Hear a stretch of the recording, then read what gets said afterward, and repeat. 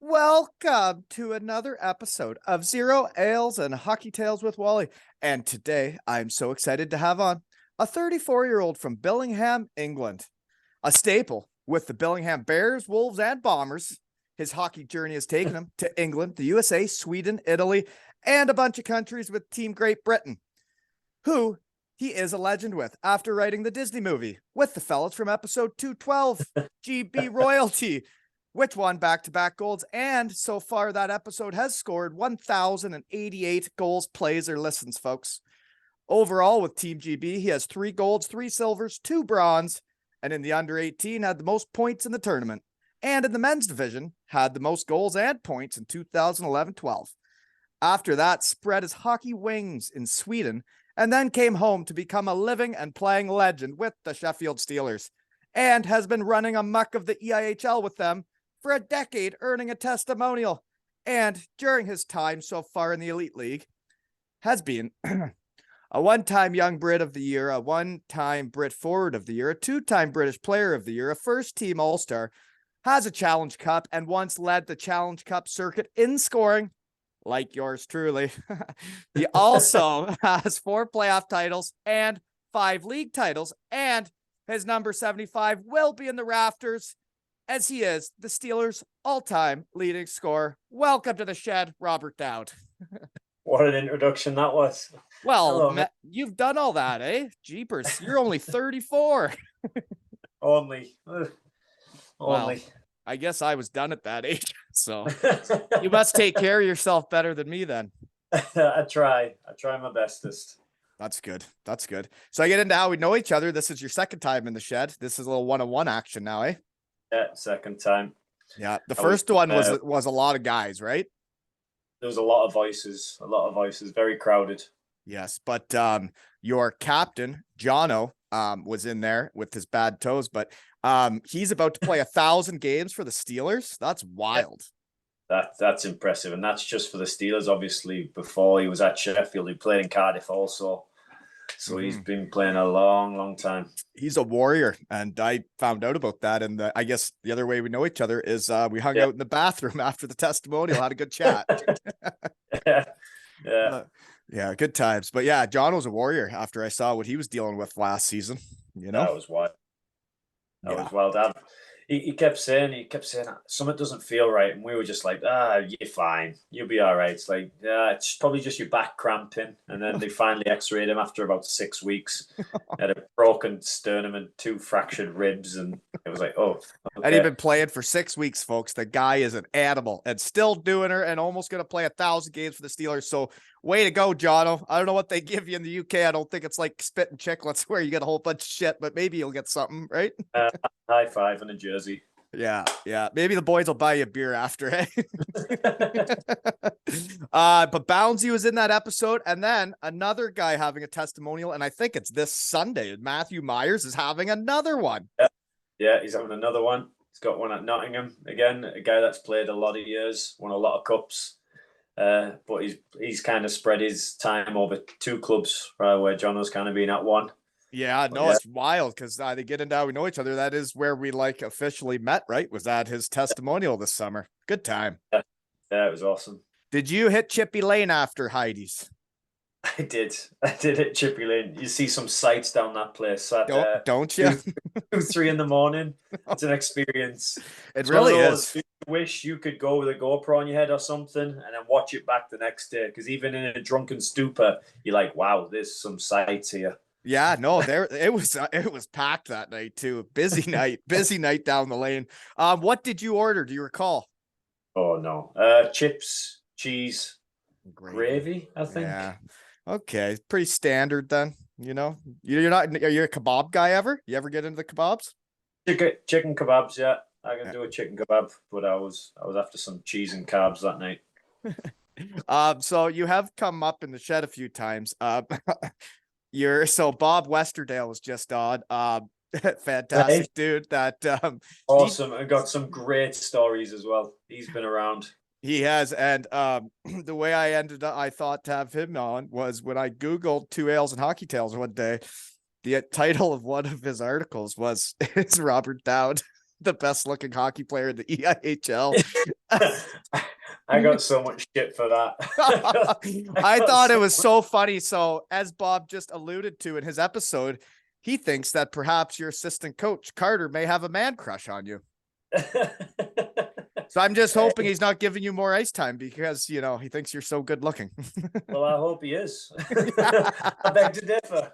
That's true. Yeah, no, you're right. You earned it, right? You take care of yourself. Yeah, right. Anyway, you get extra ice time, man. Anyway, but no, seriously, that was hilarious. And thanks, Bob, for writing an article like that about the shed. It's like I have a marketing team, right? Another guy having a testimonial. Josh Batch. Big Batchy, yeah. Another guy is gave his heart and soul to that club. Fully deserves a testimonial. Oh, for sure. Like, man, I was there when, he's been there a long time when you get talking around in your shed that he was living with Biz and Deeds when he, was a young pup. Oh, yeah. Now he's married and everything. Good gosh. Was he ever a young pup? I heard he was a bit naive. Yeah, I heard he was. But he's been 7'7" and the size of a giant since he come out the womb. That boy. I feel like he's really filled out though as a hockey player. When I've watched him in the last couple of years, man, he really looks dialed in as a player. Yeah, he's solid. But I always remember when I first played him in Cardiff. I thought it was a new import coming because he had a full beard and he was 6'3" and thick and grabbing all the guys. And I was like, "Who is this guy? Who's this import?" He can fight too. Yeah. Oh yeah, he can throw him. I heard you can fight. I didn't even know that. Carter says you're good looking and you can fight. I don't know. If that's not a man crush, I don't know what it is. Hey, it's my agents. Keep it quiet though. He's pumping my tires all over the place. So have you fought this year? No, not really. No. Any memorable fights? He said, he was mentioning you beat the wheels off a couple guys. Anything memorable? Not really. Do you ever really win a fight? You rather get sore hands or a sore face? No one wakes up the next morning yeah, totally nailed that. Yeah. You rather wake up ow or ow. Yeah, well, we usually wake up with an ow either way, whether you fight or not, right? Yeah. Yeah, kind of happens. So, I got a random question. Why do you wear number 75? Oh, good one. So when I was a kid in Billingham, I always wore number 5. I always wore 5 all the way through. And then I got to senior hockey, but the first senior game I played, I think I was 14. Yeah. Played 14 years old. A bit young to play with the men. Yeah, but then you can't do that now, right? Because of all the new rules they brought in. But then it was if you were good enough, they were just right, go ahead. Yeah, well, if you're good enough, you're good enough, right? Usually. Yeah, sign this waiver and off you go. And obviously, Dad signed the waiver and said, "Get yourself on there." And I basically, I think I just got given a blood jersey, and he was like, "Right." There was a guy that had played there 10 years, wore number 5. A guy that had played there 5 years, wore 15. Another guy wore 25, and I was like, anything with a 5. Anything with a 5, and that 75 is a cool number though, because there's nobody else doing it, Yeah, and that's when pretty much. Or where I was anyway, everyone pretty much wore 1 to 35 or something, and that was it. And that's how I grew up too, man. Now the minor hockey jerseys, man, they got the minor hockey jerseys around here are 97, 87, 88. And it's you'd make fun of kids that wore those numbers when we were kids. That's why you didn't, and that's why I pretty much got given that jersey. Almost hey, you little schmelt. Yeah, just take that one and shut up. And I was like, okay, thank you. But then you did well, probably, because then you like the number, right? When you do well with one. I just stuck with it, rode it. And I think me and Craig Peacock as well, when we played in the States together, he went 71, I went 75. Well, I'm not there yet, but we may as well go with that. You did go to, it said under 18 AAA in Detroit. Yeah, so is that with Peacock? No, not Detroit. Does that say all that, Matt? That's what the research team saw that. Yeah, someone else mentioned that. It must. I went and played in Florida for the Florida Everblades. They had a triple. Did you really? But we played out of the arena, where the East Coast team plays. That's right. We talked about this in episode 212. Yeah. So when I was there, we kind of got there, and the first few games we whacked teams. We were just playing kids from just around the Florida area and teams, and we were killing them. And I kind of called my dad, and I was a bit like, What are we doing? Hockey's not great here, Dad. We're killing teams 12-0, but we were a travel team, so our first games were just like warm-ups, and then we traveled all over the country, played in St. Louis, Boston, Michigan, and played really good teams. So the first, so that had to cost some money. Then who's paying for all that travel? I think my dad paid a bit, but not everything. It was all part of this scholarship thing. I think my dad. That sounds like a swell scholarship. Yeah, if I'm honest, I can't really remember. My dad said I paid a little bit of money to get you out there, but it wasn't astronomical, because I said the same thing. Do you know, I was talking to a fella that has a kid in AAA hockey out in California nowadays, and he told me that for one hockey season, it was going to cost him $17,000. Oh my God. Yeah. How I don't understand that at all. Like, how would any normal person be able to put their kid in hockey? Makes no sense. Yeah. No, there's no sense. I was speaking to someone today, actually, because we were talking about putting the young one in, and I was saying, like, when I was younger, it was 40 quid, I think, a month or something, 30 quid, 40 quid a month. Where now it's like 80 quid, but then you need the new jersey, you need the new this and new that. And then you get on a new team and they're like, they got to have the jacket, they got to have the pants, they got to have this, they got to have that. And you're like, no, they don't. Like, why don't you make this affordable for us so we can all come play? Like, grow up, put them in a tie, get them come. It gets up there. It gets up there, doesn't it? Yeah, no, it's crazy, man. Just to buy a stick. My little buggers better not break this year. I'll say that. Okay, so you are having a testimonial. So do you know when the big day is? That's kind of like your hockey wedding day, isn't it? It's a big day for a hockey player. 10 years with one team. With one team. It's like a wedding day. Instead of bouncing around everybody, you grow up and you stick with one. I guess it's a 10-year anniversary night, right? Yeah, you could say that. You could say that, but yeah, it's on the 14th of March is my actual game. So are they going to be are you going to do it like Matthew did, where there's 4 teams, or what are you going to do? Yeah, so I'm going to do like a tournament format like Matthew, because I thought that really worked. I thought the speed kept up and it was good fun for the fans. It didn't get very stale. Well, when you're playing for a trophy that like I built, right, then it gets pretty serious. That was an impressive trophy. That was seriously impressive. Thank you. And folks, I never would have guessed I was going to win another trophy in hockey, but winning is fun. And we even took down the Disney movie guys, Team GP in the finals. Oh man, I remember after the first game, I had to lay on the locker room floor for at least the whole other game until it was over because I couldn't get up. I was getting lightheaded. So I don't know if the speed really caught up, but yeah, you never lose it, man. You never lose it.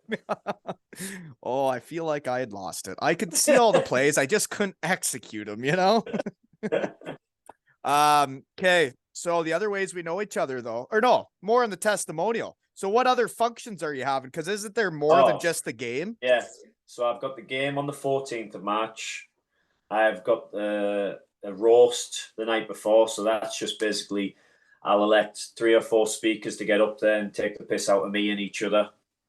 Yeah. And everyone will enjoy a dinner and plenty of ale to enjoy the activities. I have got a question of sport on the 6th of January, 8th of January. I should know this.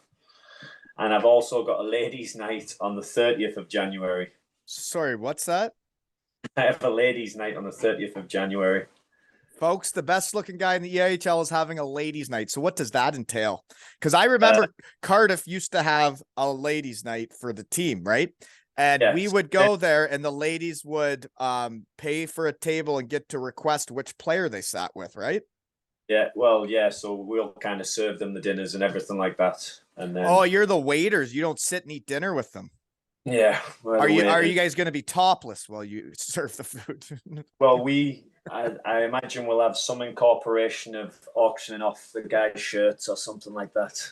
There you go. That's the good, very business strategic there. I like that. They could pay, right? These hockey players are fit, folks. It was actually my wife's idea, and she said she'd get me even a 75 thong made, and we could auction that off. She wouldn't mind. So hold on. Would that mean you have to wear the 75 thong?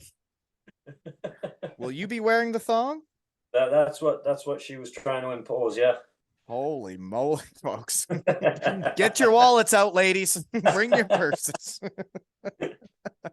That sounds like it'd be a lot of fun, and fun is fun, folks. So, other way we know each other though is I think it was last season, and we did talk about this on episode 212. Was you passed shed guy Jeff Legui just not that long ago for the scoring record, right? Yeah. How many points is it? Do you know? It's 200 and is it goals or is it points? Yeah, goals. It's a lot of goals, eh? Yeah, 270 something. So where do you think you've scored the most goals from? Oh, see, probably the slot. Aren't these cutting edge questions? Yeah, I could. You can't prepare for that. No, I can't either. I didn't know I was going to ask that either. Probably the slots. Slot. Are you the bumper guy? No, I'm you're the back. You're the half wall like one timer guy, right? Half wall shooter guy. I'm not big enough to be a good net front guy. I try my best, but most goals are usually scored mucking around the net, though, right? For most guys. Yeah. Mm-hmm. Okay, so that's cool that you have that though. Records are cool to have, right? Yeah, really cool. But Jeff Legui's number could get retired, right? Nobody would be upset in Sheffield, I don't think, right? No. 100% his number should be retired. I hope that somebody's listening in Sheffield, right? Just thinking out loud in the shed again, folks. Andy's a shed guy, right? Absolute legend of a player and a guy. One of the best guys I ever played with. And I've heard that's unanimous amongst all his teammates that incredible guy, incredible player, and nobody can believe that he can suck back like he can and function and be an athlete. It's impressive. It's impressive, but you struggle to find a guy that didn't get on with Leggy. Yeah, no, I that's what I've heard. So where and what are you doing now?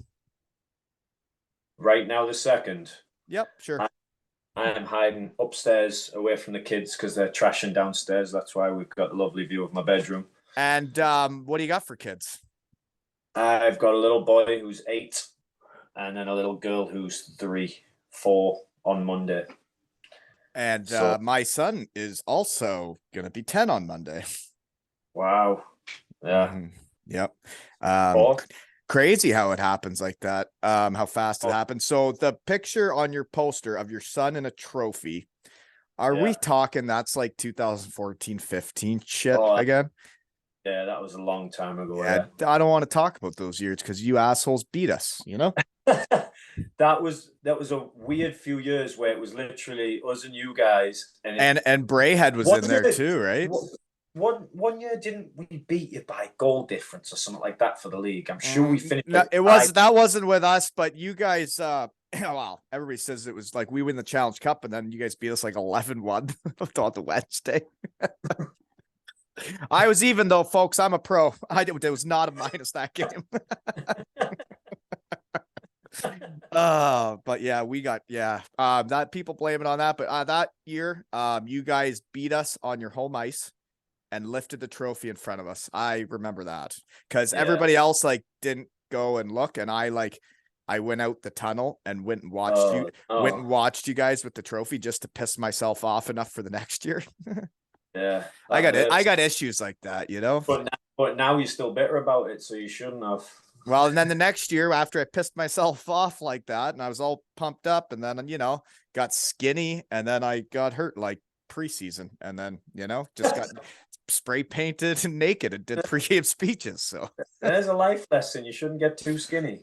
It's bad for you. Every time I did, things didn't go well. But I do have a story to tell you about the time I went to Sheffield after I was a player then, if we're on the topic, is that 2015-16 season then. Right. You guys are in first place, we're in second place, or vice versa. We're battling all year. I'm done. And I became the pregame speaker. I decided to jump on the fan bus. We got there a bit early, so I went to the pub across the road. I was mixing it up with the Steelers fans, the Devils fans. Yeah. Then I got snuck in by Deese into the locker room, and then I hid in the shower, and I had to avoid the censor showers, how there's sensor showers in there. So I was in there naked, dressed as Thor, had my blonde wig on and my helmet. And then the pregame speech happens. Deese comes in dressed like Steeler Dan. And then I came flying out of the shower naked, dressed as Thor, and beat the wheels off of Deese with the Thor hammer. So that is my story from that year at the Sheffield Arena. And we won the game, folks. What will? If that doesn't get the boys going, what will? Exactly. And I have the video on my phone. There's guys that jumped in the air like 2 feet, and they were pumped up to play. That's great. Yeah, so that was my last time in the Sheffield Arena. So, so if the fans are ever wondering what's going down, below the rink there, right? That's the type of shit that could be going on. That could be going on. Don't think it happens anymore. But it could be. Yeah, it could be. But anyways, then the next year, when I am hurt, I believe we had the league pretty well. We were grooving, and then like the last month or 6 weeks, the boys went flat, and then we lost it. Yeah, I think, did we win that in Fife that year? Oof, I don't know. I don't want to talk about it anymore. But it is cool to win with your son, right? And put him in a trophy like that when he was little. That was a cool picture. Yeah, it was real nice. That was really cool. We had some, because I think we went back to back and skipped year and went, and I've got them kind of in age. So there's one way he's little enough to sit in it, then he's kind of sat beside it, then he's holding it. Yeah, that's great. I got a challenge caps.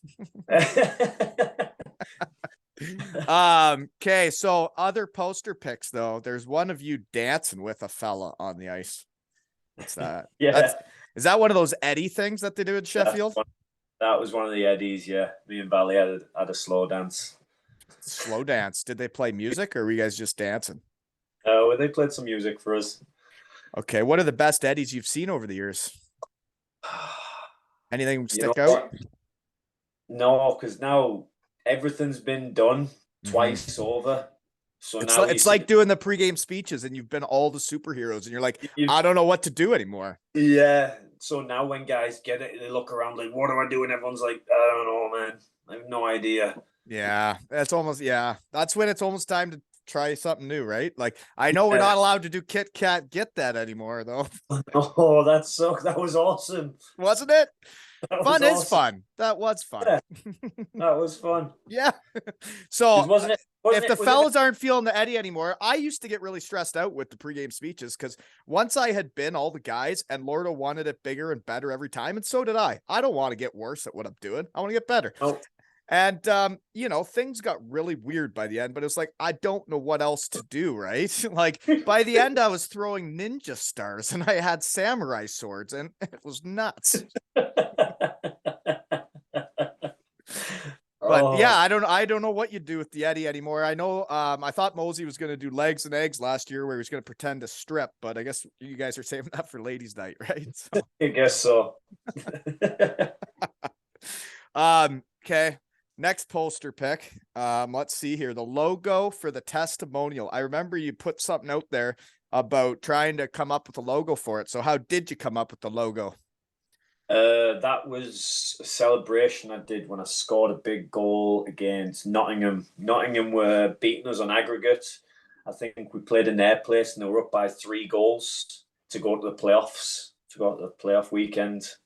Or was it Challenge Cup? No, it was playoffs. It was to go to playoffs, and they were up by 3 goals. So going into our home game, we were pretty much dead and buried. But then we had a bit of a heater, and that was the goal to tie it up. Really? And I was celebrating like that, and it's kind of stuck infamously. It is. It is neat to see stuff like that, because like when I was coaching the fellas around here last year, the under 11s, like, you do have to teach kids like when you're allowed to really selly and when you shouldn't. And like and now that like I'm watching like tournaments, my kid's in a tournament this week, I got to go there tonight. Like, you watch kids score, they could be down 3-0 and they score and selly like they just won the game. Or they could be up 3-0 and there's 5 seconds left in the game and they don't score and they like throw a fit and you're like, guys, you won the game. What are you doing? Like it's there's so, you know, and like kids do need to learn like what's appropriate. When I was younger, obviously it was a little firmer. You were taught if you sallied hard and your team was up by a few goals, someone was probably going to beat you up. Exactly. That's how I learned not to sally really hard when you're 6-0 up. Why? But these kids are doing it, man. You should see these punks. They score to make it 7-0, and they're swiping the ice, and I'm like, oh my god, if you were on my team, I'd be having a word. But yeah, no, it's fun when it's a good time to celebrate, you know? Yeah, 100%.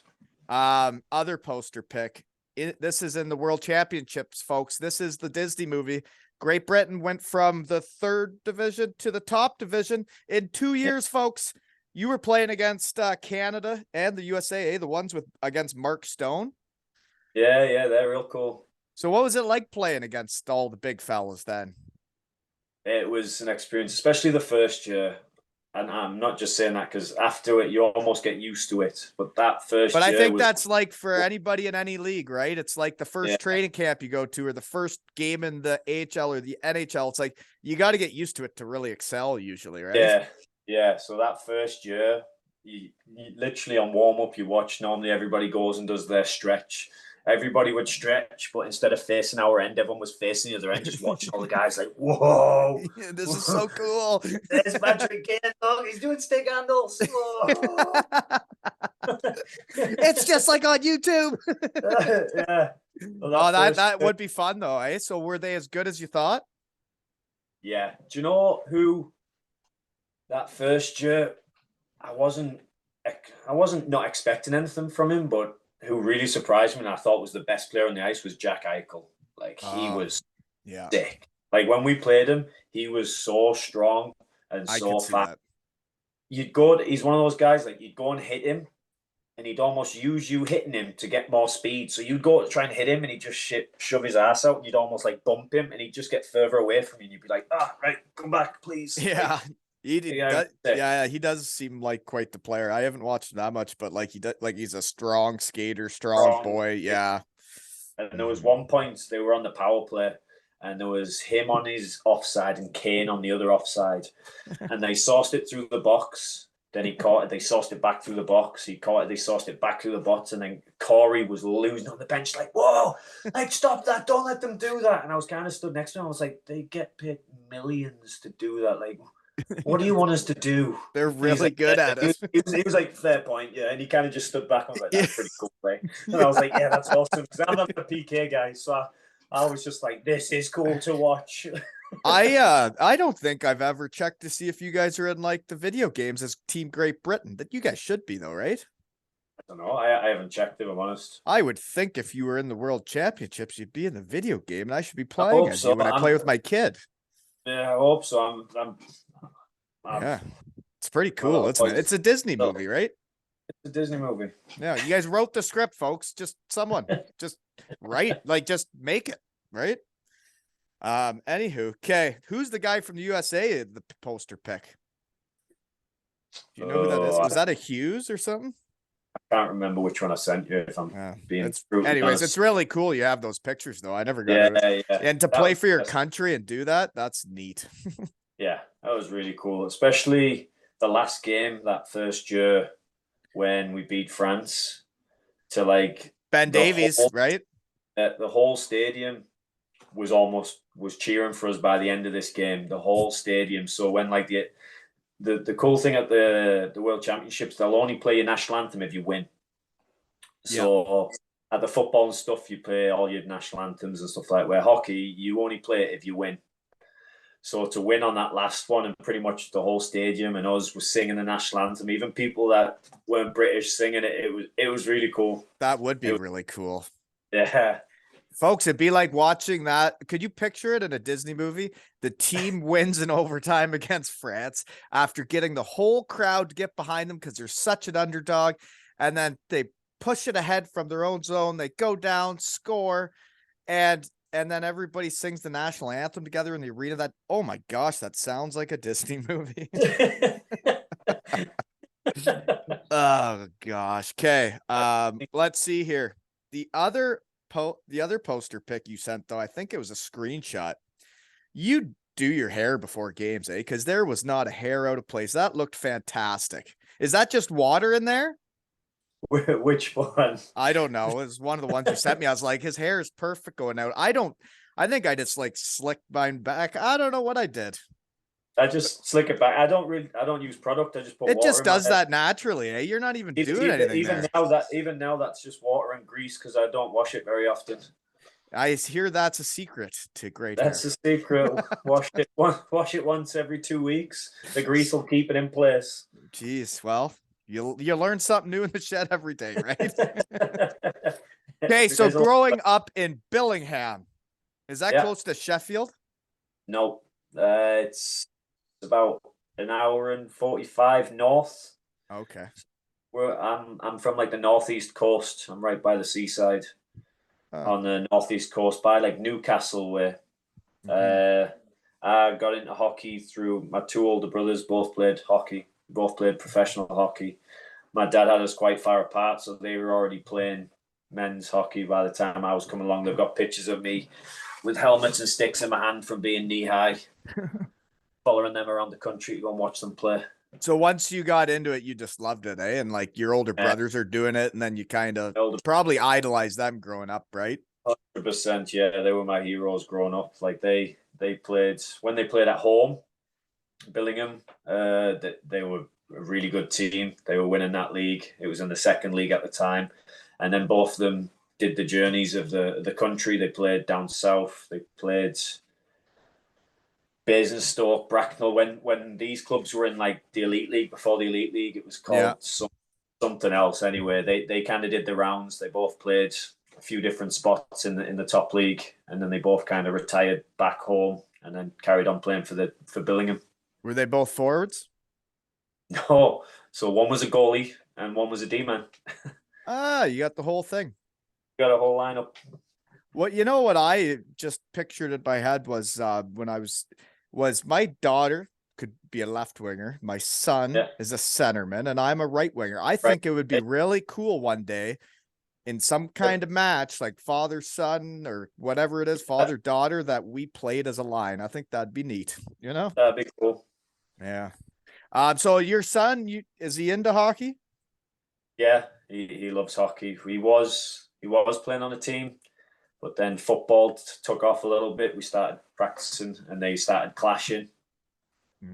So he had to choose. He chose football, but now he's been begging me the last month. He's desperate to play hockey again because his football training times got moved. So now they wouldn't clash with hockey anymore.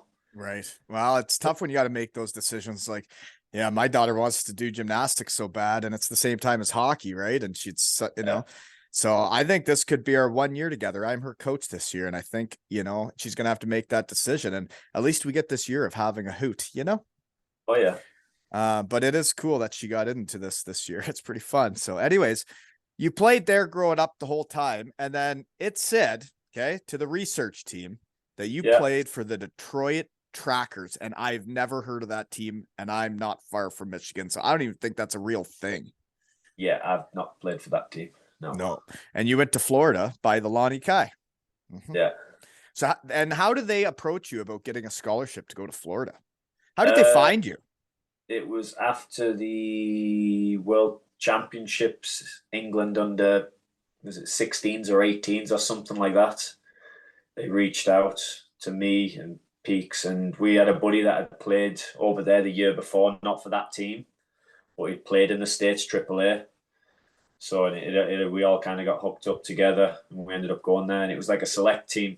There wasn't very many kids from Florida. There was maybe 2 or 3 kids from Florida. There was 3 of us from England, a couple of Czech kids, Slovakian kids. They were really doing some recruiting.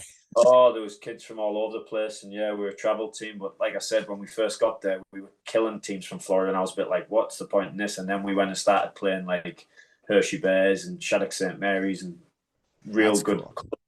And then when we started playing those, I was like, oh, actually, they're pretty good at hockey. So this is me jumping around again, just because you brought his name up again as Peacock. I played against him. That guy was a gamer. He was a competitor out there, but If you guys did that together, and I've seen you played with them elsewhere, but that year you guys had in Belfast where the two of you just ran amok, that must have Yeah, been pretty special for two Brits to be the two leading scorers on their team. I believe you guys won the league, and yeah. like you guys just ran amok, and you're both Brits that grew up together. That's cool. And we played on the same line. That's cool. So Who is he a winger though, right? yeah, he's a left wing. I played the right wing, and we had a guy called Clark in the middle of us, an import. Clark, what like for last name Clark? Last name Clark. Mm. Yeah. Well, looked like you guys did pretty well, but that's pretty Yeah. cool. You did that with a guy you're going to Florida with as a young punk, eh? That's cool. Yeah, it was really cool. So it wasn't hard to focus on hockey when you get to Fort Myers, Florida. It was a little bit hard to focus on hockey, but that was a good I went time. down there to play them in the coast, man, and I couldn't believe East Coast players were living like that. I'm like, how do they like it must be hard to really give her when it comes to hockey, like then when it's like cold and miserable out and you like just go to the Like rink. people having barbecues at Christmas and stuff like that. Like It's a wild place, isn't it? Out on the barbecue on the dock. Yeah, I know. Okay, so I guess you never did go to Detroit. You went to Florida, No. so there goes those questions. But making Team GB, you pretty well have done it since what, under 16s, under 18s, eh? So Yeah. it looked like one year you make under 18 and you guys get relegated, eh? And then the next year you have 14 points in 5 games. Yeah. That's okay. Yeah. Mm-hmm. That was a good tournament. I think that's the one we won. Yeah, I would. We Yeah, won. I would think if you're getting 3 points a game, you usually win. Yeah. We played obviously I was playing a year, I was bottom age, and we went in and they were a really good team. We got relegated, so we went down to the second tier, and then obviously that the same year as we come off the Florida thing, so me and Craig come back absolutely flying, and we both, if you did a little look as well at that tournament where I had 14, 15 points, I think Craig had similar as well. We played on the same line for GB and tore it up there. Yeah, no, that I'm sure when you came back, you guys had a little pep in your step. It's probably similar to like when I was in the coast. If I ever did get called up to the AHL that year and then I'd come back down, I just felt like, oh, it's easier. You know what it was? It was me. I was almost taught how to be a professional. Before I went out there, I'd go and do some curls and then go and shoot slap shots, and that was it. Where playing on that team, get the coach would have us in. We'd run the bleachers every morning before practice. We'd lift weights properly. We'd practice hard. It was where I was used to being back home, messing around with my mates, go and practice, do some drags, get off. Yeah, you got taught how to like be a pro and be better, and that's at a young age. Oh, really young age. So I didn't really learn that. Well, people tried to teach me, but I didn't like I I didn't really learn it until I probably was a pro, right? So yeah. Okay, so then you do go back home, and were you in Florida then for 1 year? Yeah. And then you go back and break into pro with the Sheffield Scimitars. Yeah. And you ran amok. 31 goals and 31 games played. Yeah. What are you, like 17 playing with men? Yeah. It's like 17. That was like in the EPL, which was like the second league in Britain. It used to be a bit different. I think they're allowed 2 imports now. Then I think you're allowed 4 imports. It was good level. Well, you had one guy, I've heard his name tons of times, is Ron Shudro's on that team, eh? Yeah. Did you play with his son too? Yeah, all right. Yeah, that's what made me. I was just about to bring that up. So I played with both his dad and his son and his younger son. Now his younger son was skating with us in the summers, doing summer skates, and I was like, oh no. I was like, now I'm feeling old. Like, it happens quick, but so he would have been pretty old though when you play with him. Yeah. He'd retired from the Steelers. He'd played for the Steelers for 10, 15 years or whatever he'd played for. He played for a long time, broke a lot of records, very good player. And then he stepped down for 1 season to play. Yeah, it's still fun to get to play with guys like that, right? Like he's a legend. Yeah, he had some stories. It was cool. But so as a 17-year-old punk in that league with playing with men in the playoffs, you had 10 points in 6 games. So did you guys win anything that year? No.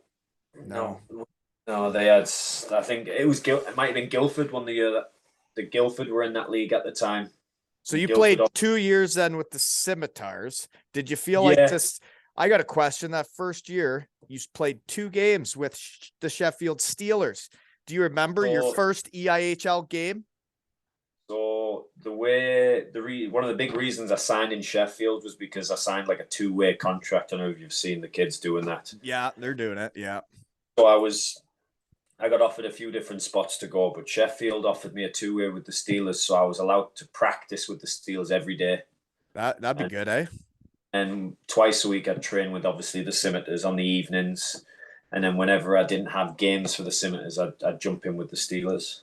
Oh, that's cool. That's better than Yeah, some of the situations that are 2 ways where you're in a different town and you're not practicing with them. That would have yeah, helped you a lot, eh? yeah. I practiced every day.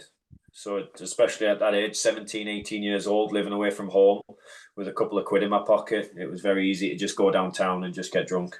But when I knew I had to get up and practice with the big boys every morning, it kept me It keeps you into it. a little more straight and narrow. I try to stay away from it. I'd take a night off now and then. Yeah, no, you gotta do that. So after the 2 years with the Scimitars, though, you become then a full-time Steeler, and you had gone from 2 games played with them to 7 games played with them to then your first real year with them, 2008-9. You had 44 points in 50 games. Yeah. Not many Brits jump into it like that. No, I had a good year. I had a really good year. Do you want your fun fact of the day? Go ahead. Did you play the Bietigheim Steelers that year in an exhibition game? Yeah, we might have actually. That was Were you me. on that team? Oh, That God, was yeah. me. I came to Sheffield. Yep. I played Yeah. against you. We definitely played against each other that year. We came to Sheffield. You had Talbot, you had Legui, and I knew who they were. And then you also had a kid from Cambridge. I don't think he lasted long, but Gillies, the little brother. Yeah, Nathan Gillies. Yeah. I knew him from the summers. Yeah. He was tough. He was Yeah. tough boy. Yeah, so it said you guys won it that year in the EIHL, and so did we in Germany. So it was a good year for both teams. The Steelers, they put that game on because we had the same sponsor. That's what it was. Yes, that's what it was. It was a big sponsor we both had. Steelers versus Steelers, folks. We're at a muck of Sheffield that night. I believe I was out. I might have been out with you that night because I was definitely out with your team. Yeah, you were quite possibly out with us that night. Yeah, that's interesting, eh? Small world when you get talked around in your shed. Oh yeah. Okay, so that year though, that's quite the splash as a young Brit to get 44 points. So do you know who you were playing with most of that year? Yeah, started off on the third line, but ended up getting bumped up, and I played with Ashley Tate and Jason Hewitt. Oh yeah, all of us had a good year. We all had a good year. Three Brits though. Yeah, that Ashley Tate was still in the league, and Hewitt when I was there, and they're both gamers. They both give her. Oh yeah, Ashley Tate was almost like an idol to me growing up because he was older by the time I'd come in. Yeah. So I remember like the first few weeks, I wasn't on his line, and in the first few weeks, I was on the third line. But yeah, first few weeks, I was like, holy smokes, it's Ashley Tate. And then I remember the day the coach put me on a line with him, and I called my dad, and I was like, Dad, I'm on a line with Ashley Tate. Obviously, I grew up kind of watching him play. But it is like that. Like, it's funny in hockey, like when you're a kid and you watch people in higher leagues and older people, like you idolize them, and then it's not long until you're all playing together, right? Yeah. He was the captain of Coventry when I was in the league. Yeah, but another guy on that team that I would have played against, which I never put this together, I don't think, Finner was on that team too. Yeah, Finner was on that team. You guys had a squad, eh? We had a stacked team. We were good that year. Well, I remember you guys had all just landed. All the imports had just shown up. You guys had like just landed when we played back-to-back games, and you guys had a short bench, but we did win. I remember that. Not that I remember wins and losses. But Finner's a beauty, eh? Yeah. And he was a player as well. I hear that. He did pretty much everything. He could fight, he could score. He was a good player. It'd be cool when they win the next game in Manchester and all the chocolate storm happens. Who do you guys play next? Do you know? Cardiff, I think. Okay. I don't have to ask those hard questions. I don't like surprising guys. Some guys look at the schedule, some guys don't, right? I'm a day-to-day type of guy, you know? Yeah, I'm day-to-day. Tell me when to turn up and I'll be there. I'm not Exactly. gonna dwell too much on what's happening in 4 days' time. No, there's no reason to. So that year though, 2008-9, you won the league and playoffs, eh? Yeah. Good stuff. So then you do spend 3 full years of like full-time being a Steeler, and you did well every year, eh? Yeah. So why did you leave to go to Belfast? Belfast contacted me. It was after a year where I'd gone from playing on the first and second line to the last year in Sheffield. There, the coach pretty much benched me, and I was playing. I had a good year for points, 57 and 54. but I was playing alternate shifts. I was on the third line alternating, so I'd get to go for 2 shifts, and then I'd have to sit for another guy. There was 4 of us on the third line, so I'd get to play 2 shifts. And you had over a point a game. Yeah. And so I was bitter because I was playing well. I was playing good hockey. I was scoring goals, and he was still sitting me. But you're on the power play? No, didn't have any power play time. So then Belfast sees what the guy's doing to you, and they're like, "Oh, we got a player here." Then he's not going to be happy doing Belfast that. kind of knocking and was a bit like, right. And it wasn't unknown. I wanted to go and try in Europe. I wanted to play in Europe. And Belfast kind of called me and was like, "Listen, we want you to come here, have a good time. But our goal isn't to get you to stick around. We want to help you, and we'll get an agent and help you get to Europe next year." And that's what I wanted to hear. Okay, so here's a question for you then. You say you wanted to go to Europe. Why not North America? The numbers you're putting up are pretty good. Yeah. Why Europe? Why not North America? You just didn't have the interest? North America, no one from Britain or England at that time had ever really gone there to play East Coast AHL, anything like that. No one had really made that jump, so I had zero connections on how to do it. Where I had guys who were like, "Oh, we could get you to here in Europe or here in Europe." I never had anybody approach me and say, "Oh, I could get you to North America." Yeah, I saw Myers got there at one point, but yeah, you're right. You need a trailblazer. You need contacts, and that's how the hockey world works, right? You need to know people to get places. That's all it was. It wasn't even like I didn't want to go. I wanted to go somewhere, but it was just like I didn't have a contact to call and say, right, get me a tryout here or do this here. There was nobody for me to phone. I totally can't picture you in a Belfast Giants uniform though. That would be weird. So you did go there though, and then you did run amok, eh? So isn't that fun though when a coach doesn't play and you're playing third line and you're playing like that extra guy, and then you go somewhere else and you're like, "Hey buddy, check this out." That's pretty much how it felt at the time. I like doing that to people too. Yeah, no, it was one of those like I still all my best friends were in Sheffield, everything like that, all the boys, but it wasn't anything against the boys. It was just I was bitter about and it lights a fire in you, right? Yeah. So that year though, 32 goals. So that's you, Peacock, and someone else. Yeah, Clarkey.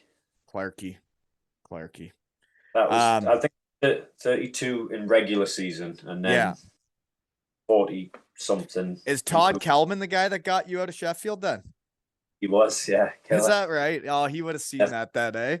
So he would have been pretending to do the announcing, but he was actually watching you play on the third line. He's like, "I'm gonna take him."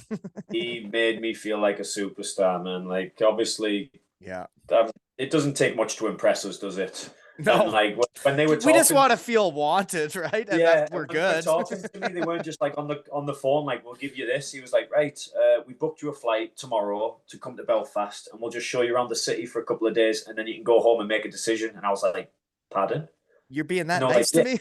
Why?" I was like, "What?" And they were like, yeah. So literally, I drove to the airport. They paid for me a flight. I flew over there. They put me up in Malmaison, real nice hotel. Rihanna had played there the week before. They put me in the suite that Rihanna was in. So I was in like a suite in downtown Belfast. They paid for me, like, they were like, "Oh, let's take you for dinner." Got me a big nice steak, bottle of wine. And then they were like, "Right." It was Kelman and the coach at the time, Doug Christensen. They were like, "Right, we're going to leave you now.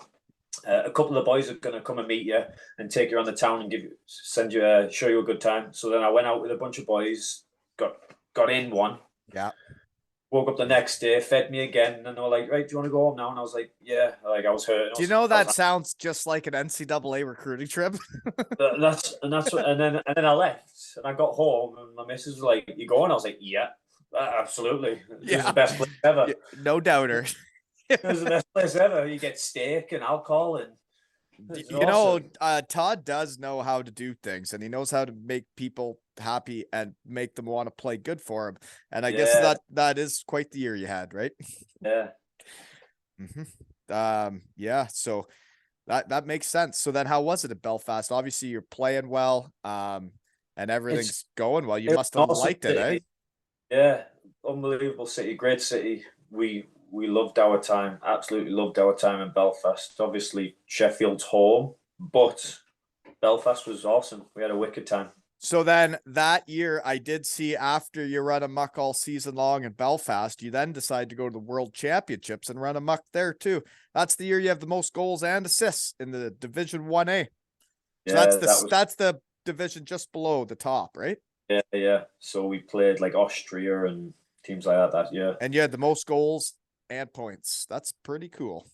Yeah, it was really cool. I remember there was you were feeling it at the end of the Belfast year though, eh? And then you just carried that right over, and you're probably still playing with Peacock, and you guys were grooving.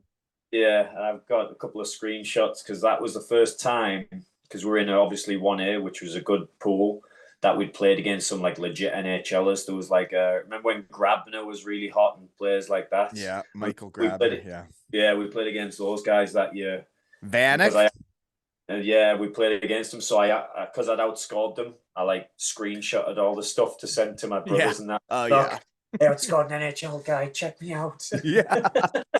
Well, it is cool. It's like the days when I'm ranked above Spitting Chicklets, right? In the UK and stuff. It's like I'm screenshotting that shit and I'm saving it because I think that's cool. That's cool to look back on and be like, I did that. Yeah, I did that from a Shedick carton. So that, how do you end up though with another guy that would have played against you and hit the town in Sheffield when he was with Beatingheim, big sexy Justin Kelly? How do you end up in Troja Lungeby? Troja Youngby. There you are. Yeah. It was after, while I was at that World Championships, I was walking back to the hotel and a guy came up and was just like, "Are you Robert Dowd?" And I was like, "Yeah." He was like, "I'm a scout from, I think it was Graz in Austria. Nice. Can we sit down?" And I was like, "Sure."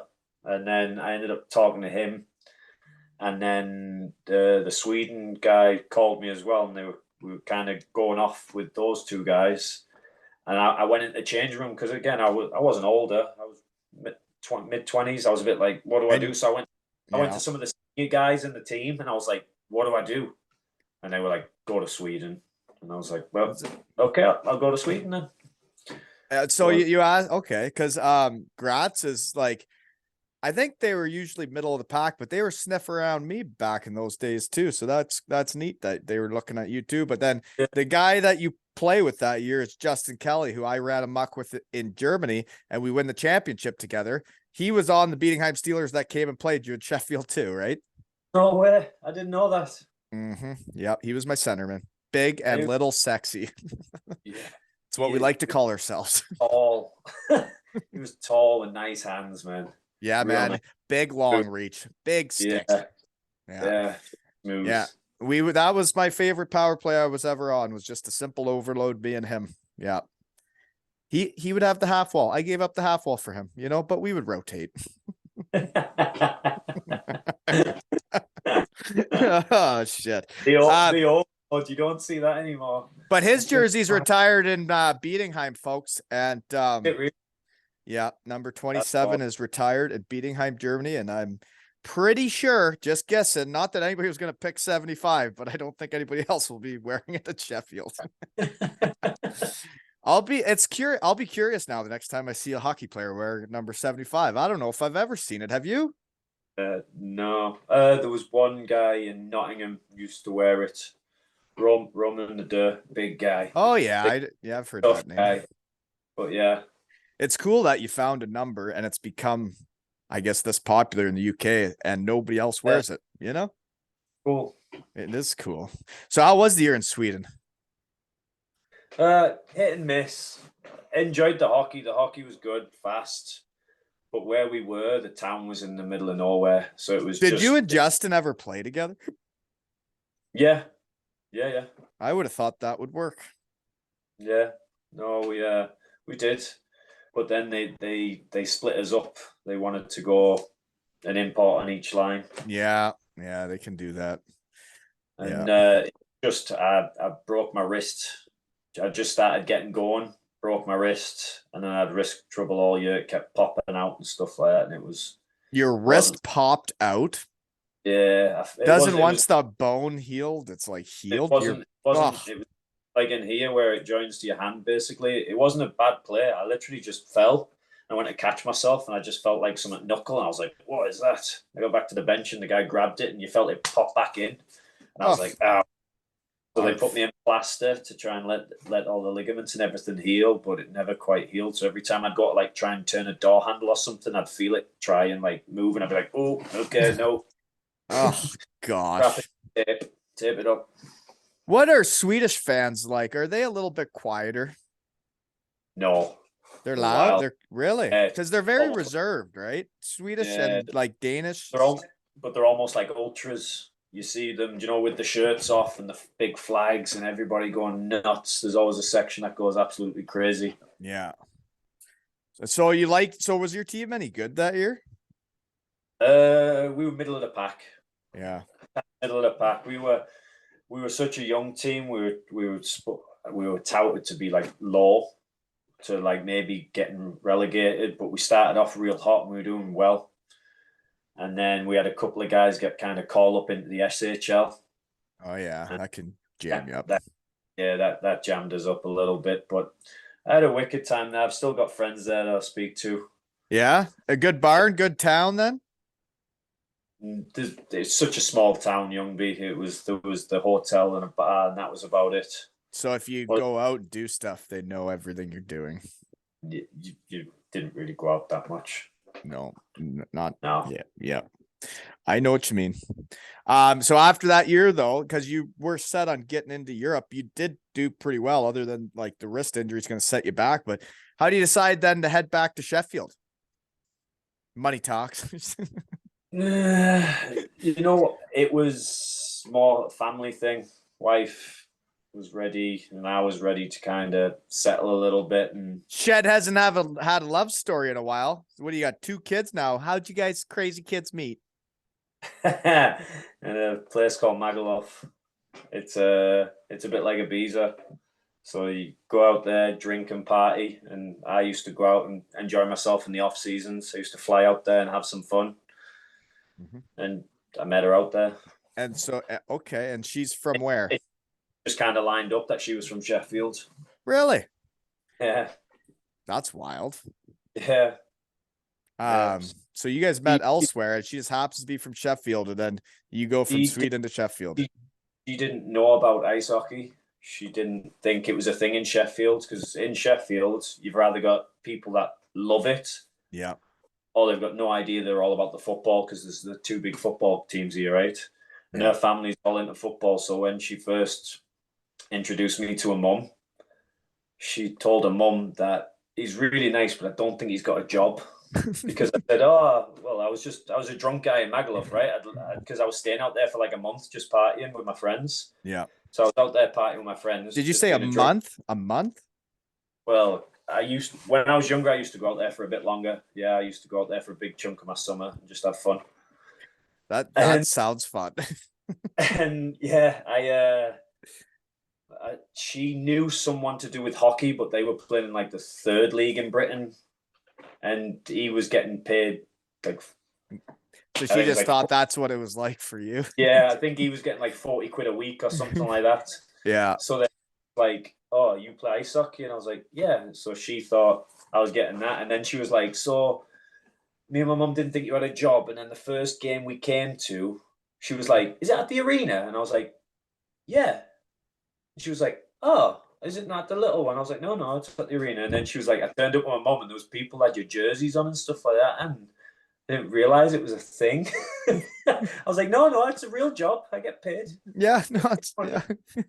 That's awesome though. That's cool how she was from Sheffield though, and you met somewhere random like that, and then now you're getting a testimonial there. I'm getting a testimonial here.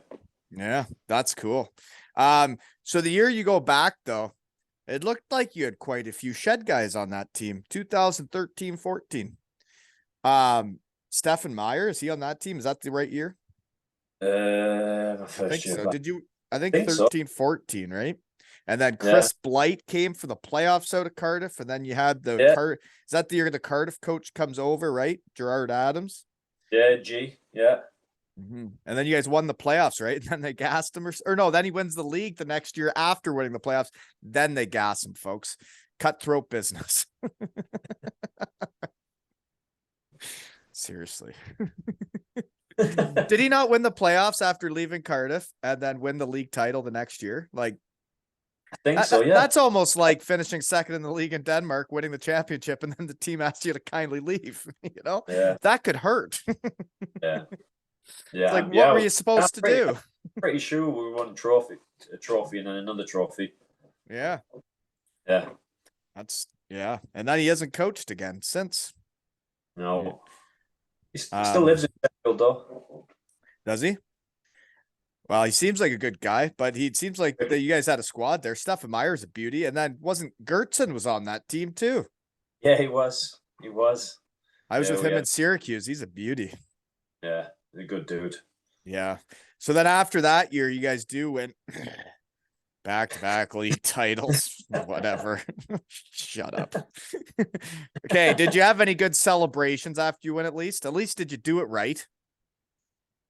Yeah. I think it's one of those where you better have, because I would have. Enjoyed those, but the worst celebration I think I've ever been a part of was that one where we beat Cardiff in the playoff final after like 3 overtimes, because everyone was so gassed. You just played 6 periods of ice hockey, 20-minute periods.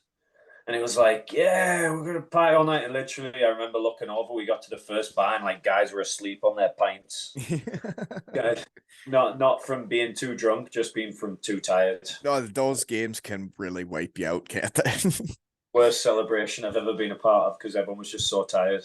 And that's the playoffs though. So did you rebound the next day? Yeah. Oh, yeah. Yeah. So that's okay then, right? if you get too excessive the first night, then maybe the second day is not as good, right? Yeah. I'm sure you guys did it the next day, right? So you've played in Sheffield a long time. You've got the most goals. What teammates really stick out to you? Anybody? Because there's a lot that come and go. I didn't realize how much change there are in these rosters. When I look through it, and I'm like, I know this guy from this team, this team. I'm like, I can't bring up all these names. Yeah. Favorite guys I've ever played with.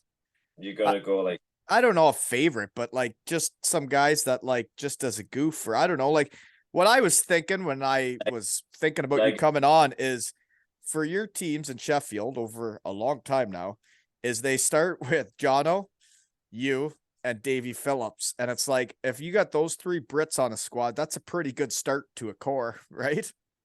Yeah. And before that, obviously, we had Jason Hewitt and Mark Thomas as well. Right. And Ben O'Connor was there.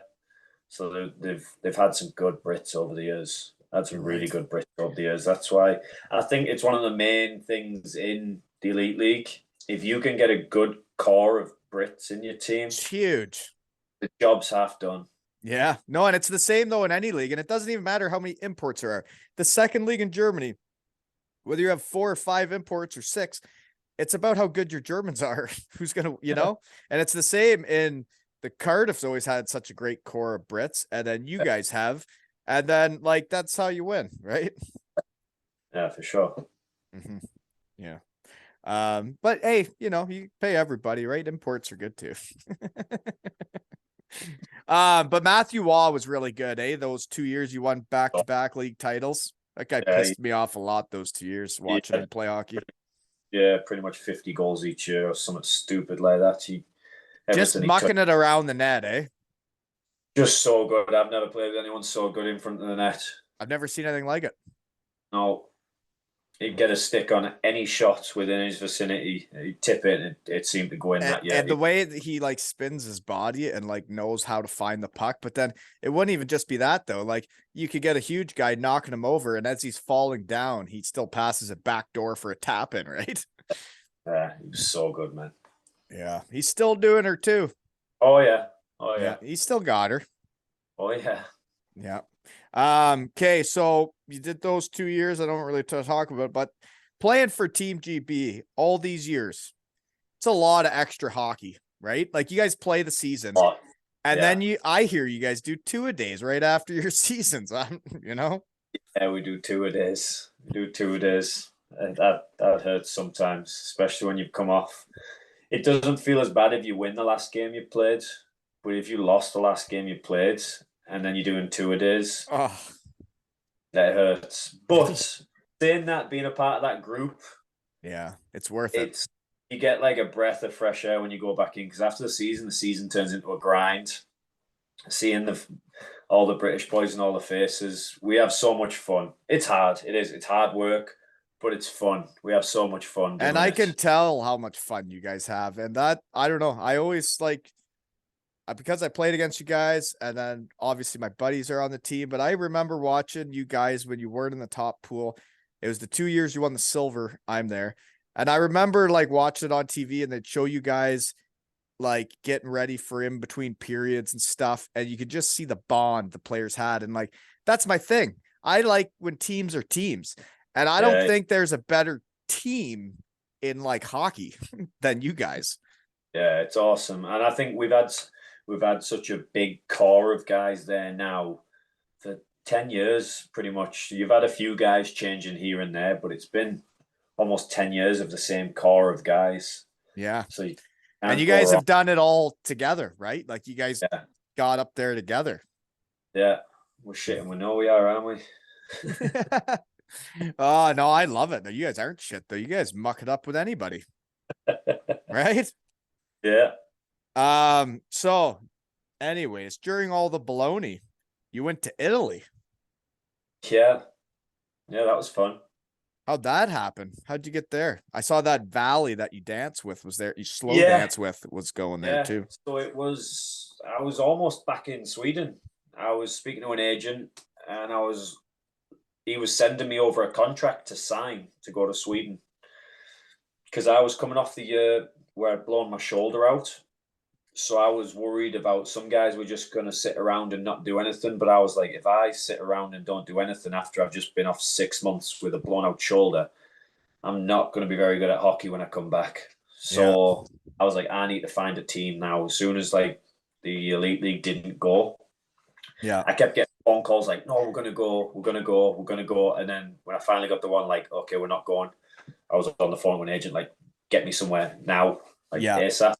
Yeah. So I was those jobs fill up fast too, man. And when those leagues start shutting down, all the imports, all the Brits, everybody needs a job. 100%. And there wasn't, all the leagues around the world weren't going. There was only some. There was still leagues not going. Well, like even the coast wasn't going, right? Or half of it was, or a quarter, or 3/4 of it was. And it's like, you take away a quarter of those coast players, and all those guys that weren't thinking of Europe are all thinking about it now. Yeah. Or they're not playing. Like it's like a lockout, man. It's a bloodbath out there. So it's good you got to play. Yeah, 100%. So I'd pretty much agreed terms to go to Sweden. And that night, while I was waiting for the email to come over to print out and sign it, Valley called me up. He's like, hey, like, what's up? And he's like, you got a team yet? And I said, I'm just about signing Sweden. And then he was like, well, I'm going to go to Italy, and it's absolutely beautiful, and they want another forward to come with me, and they're interested in you. And then you know you got a buddy. You know he's good at hockey. And that's what I thought. I thought, he's good at hockey. And he was like, we'll have a great time. He was like, the hockey's not going to be the best hockey you've ever played, but he said they're all good people. It's an unbelievable town to live. And so he knew all this? He'd already been there? He played there. He played there previously. Yeah, he played there a few years back. Oh, okay. So I was, sign me up, because in my head I'd already like, all right, I'm going to go to Sweden where it's dark and cold, and miserable, and you'd only see 4 hours of sunlight and stuff like this in the middle of winter. And then he was like, let's go to the Alps in Sweden. I find sunlight to be important in my life. Yes. I like sunlight. Yeah. And it was awesome. They treated me unbelievable there. They were such good people. Again, I still speak to a bunch of guys that I played with there. That's cool. And after a little while, my family got to come out as well and experience it, which was really cool. We lived on a vineyard, so the team housed us on this vineyard. So every morning you look out, and my apartment was all windows around the downstairs. And you look out onto the mountains with the snow and the grapevines, and I was like, "This is cool. This is okay." and you mucked it up in hockey too, eh? 24 points in 13 games. Yeah, it was fun. Fun hockey.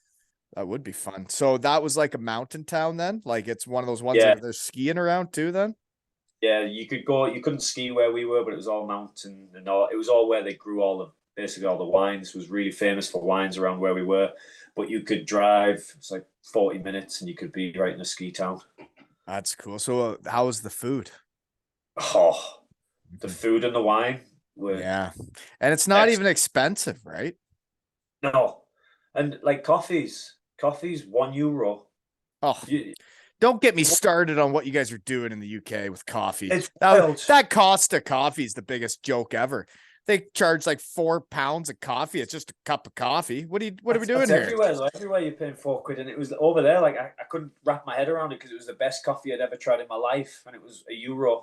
And it didn't matter what you got; it was €1. And then obviously because we lived on the vineyard, the guy kept leaving bottles of wine that he'd corked himself outside my front door. So I'd wake up in the morning and get some fresh air, and I'd stumble across another bottle of wine that he'd put right in front of my door for me to drink.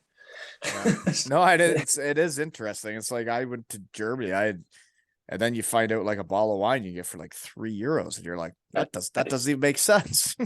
This should take the skin out of my mouth, but it doesn't. It tastes unbelievable. Yeah, no, it's cool when you're a hockey guy and you get to travel around and do things. So it is. I know it sucked with everything going on, but that you got that experience, you got to go do something like that, right? Is cool. Yeah, it was fun. It was fun. Were you guys good? It looked like you're in the playoffs. Yeah, we got to the playoffs again. It was they kind of rebuilt the team. They'd lost something like 15 players in the last 2 years previous before I'd gone. So it was a really young team. So it was a lot of young guys trying to learn and find a way, and we had fun. A lot of young guys, a lot of energy. This is a serious question, okay? When we're talking food in Italy, did you know that there was no spaghetti and meatballs in Italy? Did you know that was a North American thing that was created? There is no meatballs with spaghetti over there. I was going to say I'd never seen it while I was there. There's only bolognese, just the meat sauce. They never put them into ball form. You know, my mind was blown. Everywhere I went in Europe, there was not a meatball in sight. You know, and then over here, we're like, oh, yeah, it's spaghetti and meatballs. That's Italian. It's like, no, it's not. It's Anywho, good, man. Yeah, it's fun fact for everybody, right? Back to the day. So Valorant did all right while you was there too. So you guys were line mates and you guys mucked her up. Yeah, we were line mates, but then what do you feel about his skates? Because I've seen them. They don't. To me, they're ugly. Yeah, it's not my style, but Valley's got his own style and everything, man. Everybody's got to have their own style, right? Yeah, he's got his own style and he rocks it. It's not my cup of tea. No. I remember when I was younger, I tried to get some colourful gloves, and my brothers told me they'd beat me up if I did, so I had to get a black one. So that was kind of me set on. I was pretty understated with my hockey equipment, but yeah, he does it. But hey, if you score goals like he does, it's tough to chirp a guy, because guys will be like, oh, and chirp him, and then he'll go and score a goal and be like, ah.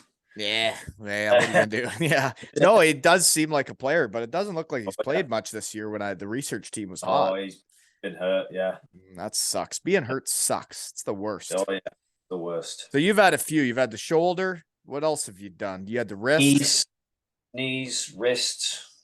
I've never had operations on my knees, but I've blown my MCL. I've blown my MCL 3 times now. The MCL is the one they don't do the surgeries on. Yeah, the ACL and the PCL, they like to do that though. So knees 3 times, shoulder, wrist. Yeah. Okay. I don't talk about that stuff anymore. That stuff hurts. It does. Here's a question. Were you there when you guys won the Challenge Cup in Cardiff? That's fun when I'm in the shed, right? I feel more connected to the hockey world. But I've talked about that. You won on home ice or Cardiff's home ice. When the guy lifts up the trophy out in the parking lot and Davy Phillips pulls his pants down, heck of a video. Oh, unbelievable video. So who is that guy? That was Tronzinski. Yeah. Is he packing heat? Did he at least put on a good show, or was it cold out? Honestly, everyone was a bit blackout drunk by then because we drove from Cardiff all the way to Sheffield, boozing. And that's back at Sheffield. That's funny. At Sheffield, everybody's full of sauce by the time you get there. Everybody's had at least 10. Yeah, no, that winning is fun. And that was fun. That looked fun when he did that. That looked hilarious. That's a memory, right? Yeah. Oh, yeah.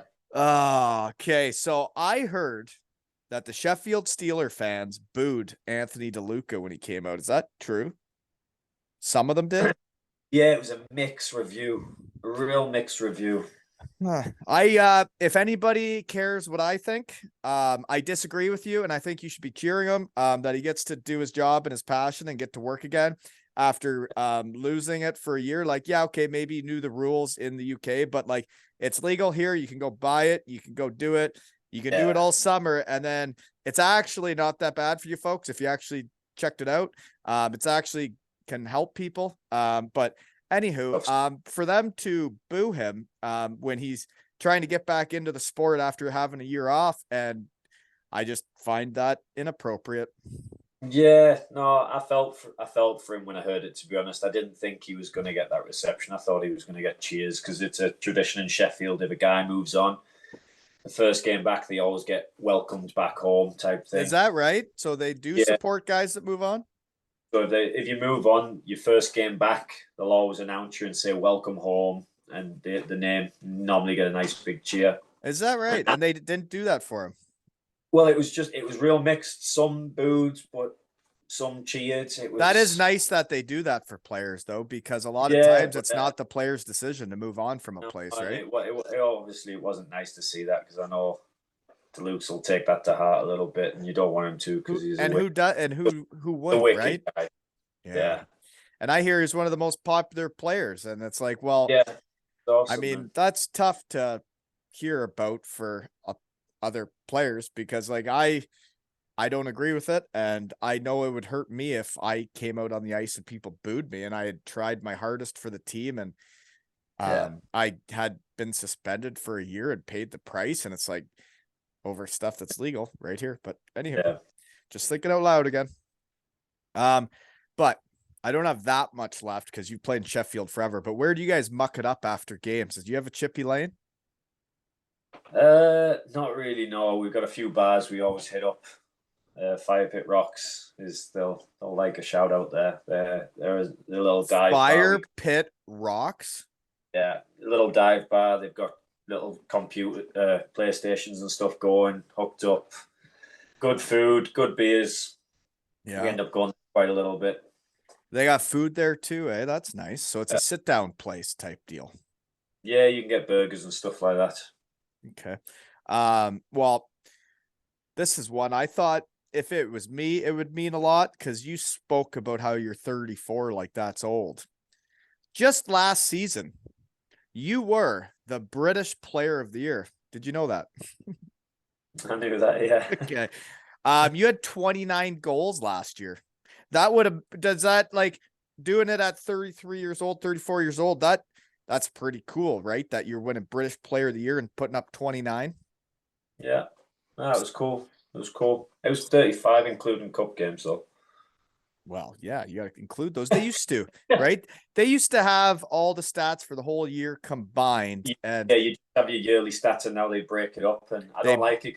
It makes it sound like a lot less because we play the same games. We play the same game.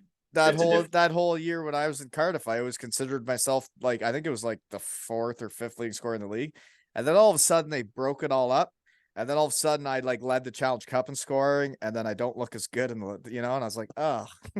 We put them together. We're about feel good. Put them together. And all the hockey games are hockey games, and they're all professional. Yeah. But Davey Phillips, I haven't talked about him much. Other than pulling the guy's pants down. I think he is an absolute dandy that can bring teams together, and he plays the game the honest way, and he'll muck it up with anybody. He just loves hockey and the boys, right? Yeah, awesome guy. Honestly, like you said, he can bring a room together. If you're having a bit of a down day, you kind of look around to see if Davey's going to do something to get the boys fired up. And you need a guy that knows when that needs to happen, right? Yeah, and he, like you said, he plays the game the right way. He plays it hard. He plays to win. Yeah, he's awesome. So before we shut her down, anything else you want to bring up about your testimonial that you want to get? Are you going to be like selling jerseys and hats and shit, or what are you doing? Yeah, I've got merchandise. To be honest, it was meant to be here today for me. I was going to sport it for you. Yeah, that would have been nice.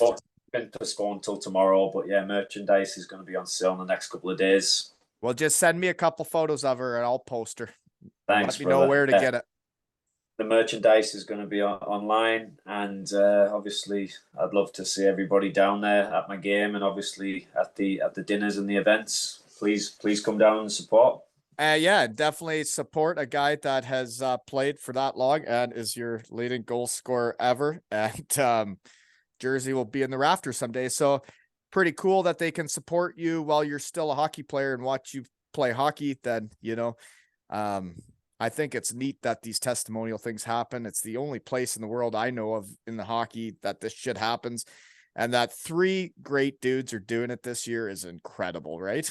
That's cool. That's really cool. Yeah, well, that's that British core you guys have of great hockey dudes around that they're going to have to replace someday, but I tell you, you guys are legends, right? Right. And this has been another episode of Zero L's and Hockey Tales with Dowdy and Wally.